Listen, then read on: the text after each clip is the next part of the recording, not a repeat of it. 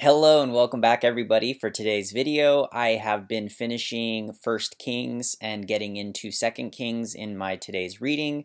We're also at day 25 of 90 for my full first read through the Bible, so things are going great. We're on track and we should be finishing the Bible on May 17th for the first time. So anyways, I'm excited for that. God has been giving me good power and persistence in this effort. And today's reading, I found a passage in just reading that is exactly what I have been looking for. If you've watched all my videos, you know a big thing for me that has been a question in my mind is how God handles blessings and curses as they pertain to generations that come after. So for the first time, I think I found a concrete answer in the Bible, and it's actually the answer that I kind of was feeling in my heart, but I just didn't have, like, I don't know, I guess words out of the Bible, or God hadn't come to me and really solidified the understanding. So anyways, this is the reading, and this is out of First Kings chapter 15, verse 4. But for David's, and real quick background on this, the point is that after King David, his successors were all not as good as King David. So Solomon came next, and Solomon was very good throughout most of his life, but in his later life, he married a lot of foreign wives, and he let those wives get into his head and start to worship other gods. So he started worshiping other gods and making sacrifices and such to them. So Solomon ended up disappointing the Lord. And then after Solomon, just progressively, everybody was disappointing the Lord. So that's the context to read this verse. So anyways, verse 4. But for David's sake, the Lord, his God, allowed his descendants to continue ruling, shining like a lamp, and he gave Abijam a son to rule after him in Jerusalem.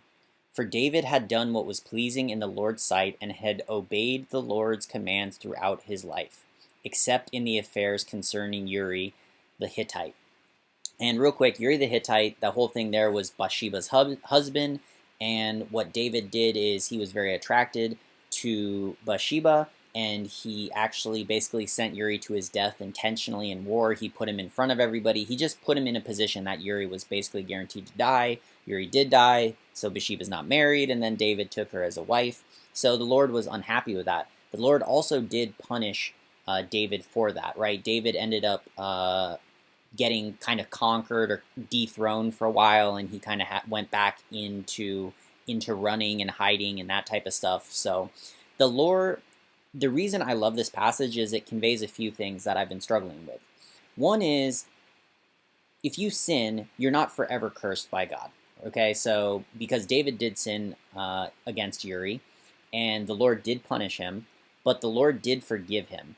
And even though there was that sin and forgiveness, this is the first time in the Bible that I found that the Lord actually overall was pleased. And I take that when he's saying that obeyed the Lord's commands throughout his life. So verse 5 to me kind of shows that, God was very pleased with David. Yes, David sinned once. Yes, he got punished for it. But God overall was still very happy with David because David really just followed his commandments and everything throughout his life.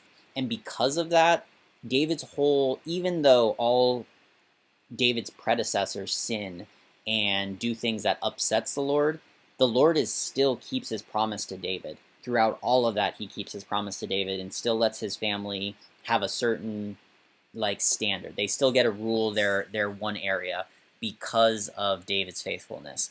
So anyways, I just want to share that because it's something I talked a lot about on the channel, and for me it was really happy to have this realization because it's just something I struggle with, but it feels good to me knowing that I feel like I want to be David. I guess that's my point. Out of all the people I've read in the Bible so far, David to me is the standard that I would want to hold for myself. I know in the past I've had sins. God has spanked me for my sins. But moving forward, it's good to know that if I stay faithful to God, if I keep serving God throughout my whole life, that, he really, he won't curse my future generations, basically, and he will even look favorably upon them and hold any promises made between me and him. But anyways, that is it for today's video. That's what came out of my reading. So as always, I love you all, and I will talk to you tomorrow. Take care.